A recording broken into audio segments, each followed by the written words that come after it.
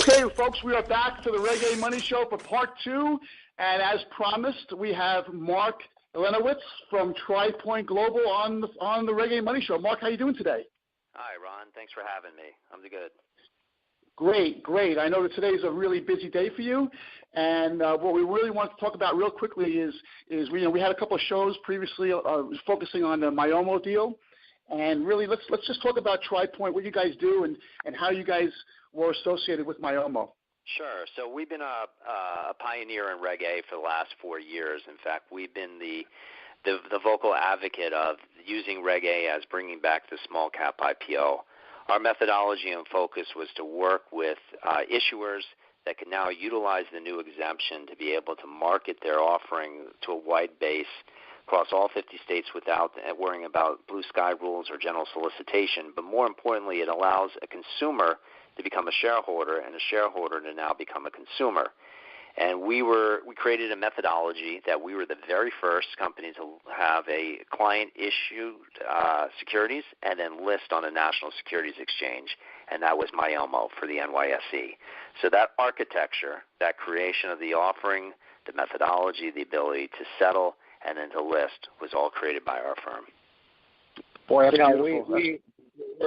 Mark, we're really big fans of Reggae here on the Reg.A Money Show. And Mark, we wanted to give you, the show wants to give you congratulations first on your Myomo and working that through because, we are also a voice and proponents of Reggae and specifically Reggae Plus Tier 2 because we feel that that's the one that really has the teeth to get out there on the market and really make a difference. But Mark, a lot of our listeners and subscribers, these guys are these guys are investors. These guys are, some are incubating some ideas. What drove your firm to Reg.A? What was that initial thing that kind of sparked the idea? Because there's not a lot of market makers out there that are putting their hands around Reg.A like you guys are doing. I mean, you guys are really setting the industry on fire. So what brought you? What was that initial spark that brought you guys to Reg.A? Well, when the Jobs Act came out, everybody started getting all excited talking about something called crowdfunding. And the world got excited, started saying how this is great. You can raise money from the crowd and all these good things. And we took a step back and we said, well, wait a minute. You have unsophisticated investors investing in unsophisticated issuers in unsophisticated structure. And they're going to drink the beer and they're going to eat the dough or the bread. And at some point they're going to say, this is great. I want my money back. But there was no path for liquidity. There was no exit. The likelihood of return on capital was probably slim to none.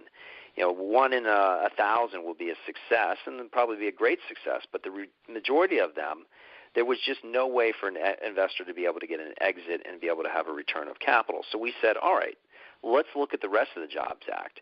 So we saw this provision called Title IV, which was Reg.A Plus. And when we looked at it and we listened to what the community was saying, we felt that they had it wrong because they hadn't spoken to Wall Street. They didn't understand the methodology of being able to have a security trade in the secondary market. So all the lawyers, the service providers, the advertising firms, and so on, all marketed themselves talking about the primary issuance. But we started raising the flag and saying, well, wait a minute. It's great. Yeah, you can issue securities under Form 1A. But then how do you sell it? How do you get liquid?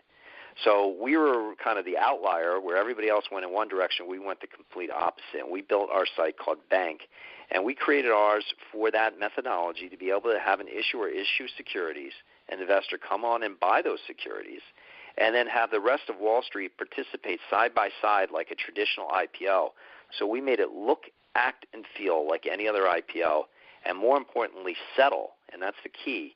So those securities would swap out of the issuer's account into the investor's account, and money goes back the other way into the issuer's account. And while that might not seem complex, that's basically how Wall Street works, and that's what we were able to do. So we started with Myomo. It took me 4 years basically to have an overnight success.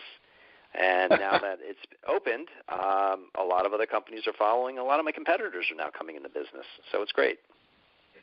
So speaking of your 4 years and your overnight success, we're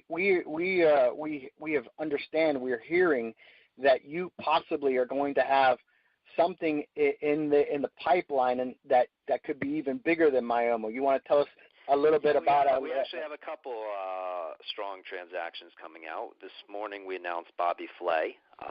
We're Bobby's Burger Palace. We're planning to bring him public later this year. We also have another client called Lovesac. Lovesac is a disruptive furniture technology company, basically the Casper of couches. And then we have a couple others we'll be announcing shortly as well. But what sets our companies apart is they're all established businesses doing over 20, 30 to up to 100 million in revenue that have large consumer focus and customer base, large affinity groups, that it's perfect Reg.A candidates because these are issuers that can now connect to their customers, and these are customers that can now become a shareholder and own a piece of the pie. I think that's the true nature of what was supposed to be the essence of the Jobs Act.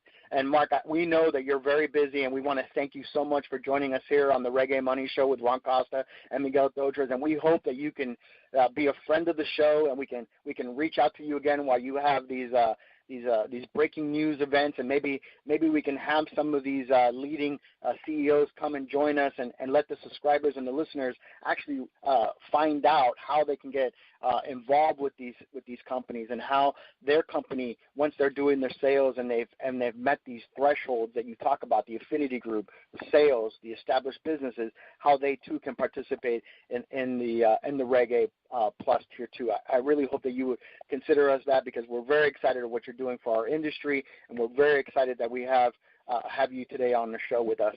And thanks for having me, guys. Appreciate it. Yeah, absolutely, Mark. Right. Thank you so much, especially on a day when you have this big announcement on the Bobby Flay deal.